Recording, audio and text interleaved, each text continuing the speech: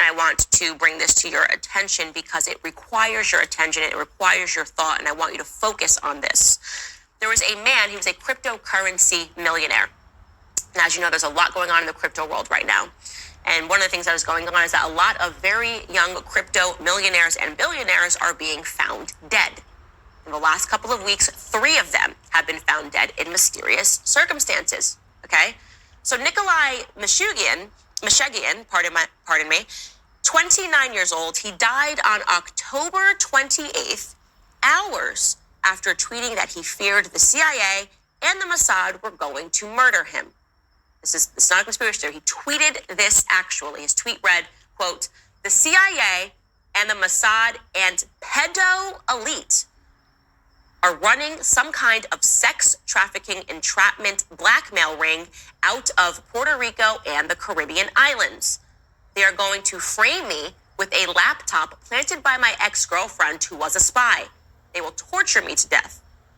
A blackmail ring operating out of Puerto Rico and the Caribbean. The Caribbean, obviously, one thing that's true is that Epstein had an island in the Caribbean, right? Just off the coast of St. Thomas and Tortola.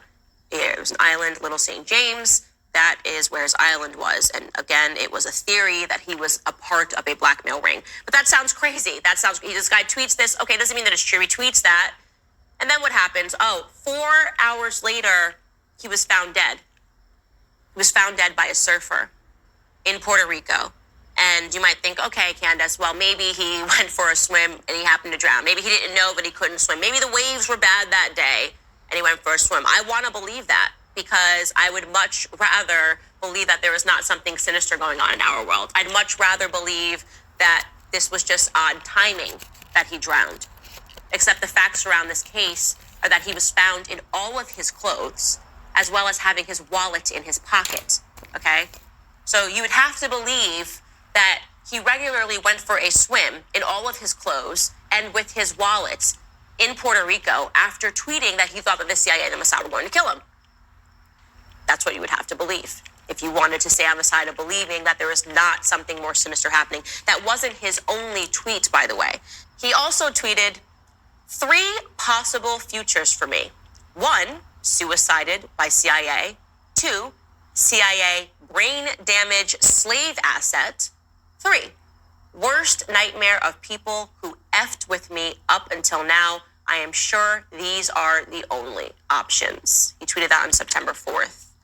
And that if I read that tweet and he was still alive, I would think that he was just crazy, but he's not. He is dead.